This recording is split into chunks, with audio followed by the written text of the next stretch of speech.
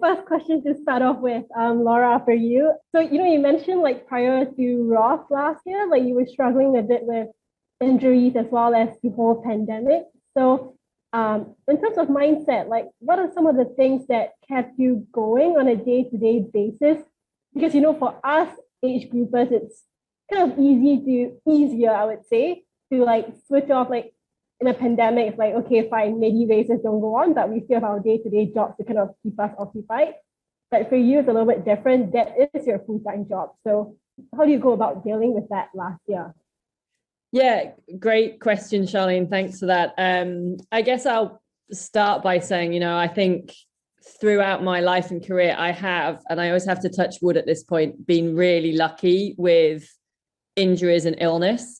I say that until I hit sort of 2019 and ended up with a broken collarbone and various complications around that. And then, we hit the pandemic, and I've had just a few ongoing issues with things and stuff. So I think you guys as an age group is doing an amazing job at balancing actually training and work and families and commitments like that. So you have a different balance to manage, but it's when you do get injured, you can go, you have got your day job to fall back on it, and that goes on.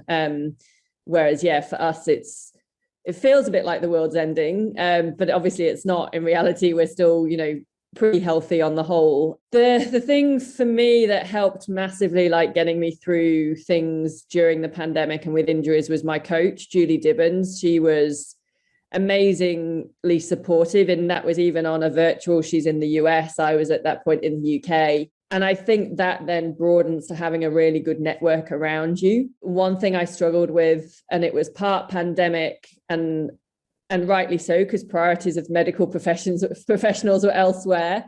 And partly with me being so nomadic, is I struggle to have like one focal contact point for physio or medical issues. And that's always frustrating, because you just find like you're trying to get answers from so many different people, and it's really hard to judge. So I would say sort of a learning from that is me trying to set up more like a one focal point or a one contact point to help with managing that sort of thing. But that is part of that broader, it's really key to have a strong network around you, and be that your coach or your family, your friends, or a training group such as this, or a network as this, where you can use your friends, your contacts, other people in the sport, or a network group outside of the sport, if you want to have that switch off, to kind of keep you going through it.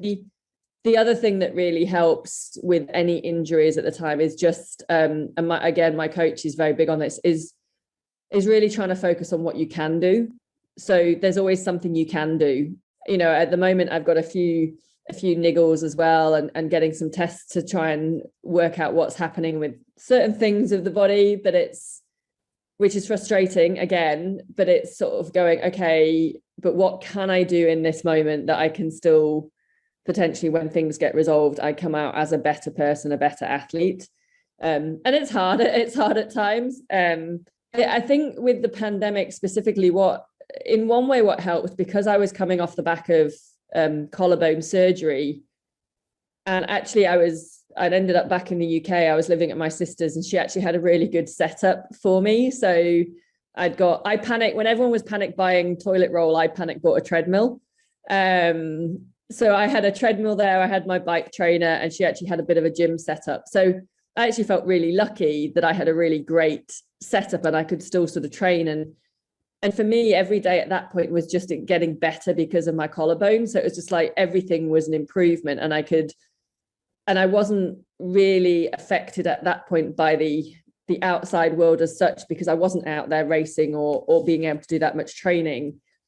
I struggled though, as 5-6 months in, where my fitness was back. I wanted to be out doing stuff, but I was still living in the UK, which wasn't kind of my life. And that's when I sort of hit more of those dips with the pandemic and the frustration that you couldn't get back out to do races. There was still sort of the restrictions, or I had some lingering ongoing issues, and that was more that frustration. And again, you just have to fall back onto those around you and your group and your strength. The other thing it made me realize is that I I do really love the process of training.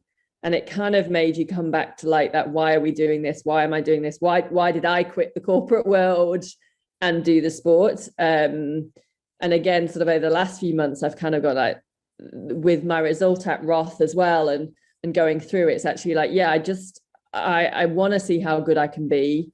I still believe I'm improving, and I kind of got glimpses of that last year, which gives me a buzz going into this year. So yeah, as you will work out, I give really long answers because so I get carried away. But I would try and be a little bit shorter so we get everyone in. It's quite nice to know that even as pros, you guys go through similar feelings like us in some ways. Yeah, and you mentioned like, taking, or rather saying what you can do instead of what you can't do. That's personally a lesson that I'm still learning myself as well. So yeah, hey, thank you for that. You don't get it right every day. You're not positive every day. Believe me, it's not like you wake up and you're like, oh, what can I do today? Because I can't do this, this, and this. But I'm going to be really, it's that roller coaster, but it's just trying to smooth out the dips a little bit more. Yeah, exactly. Thanks so much, Laura. No worries, Charlene. Hi, everyone. Laura Siddall, or Sid here. Please like and subscribe to IronmanHacks.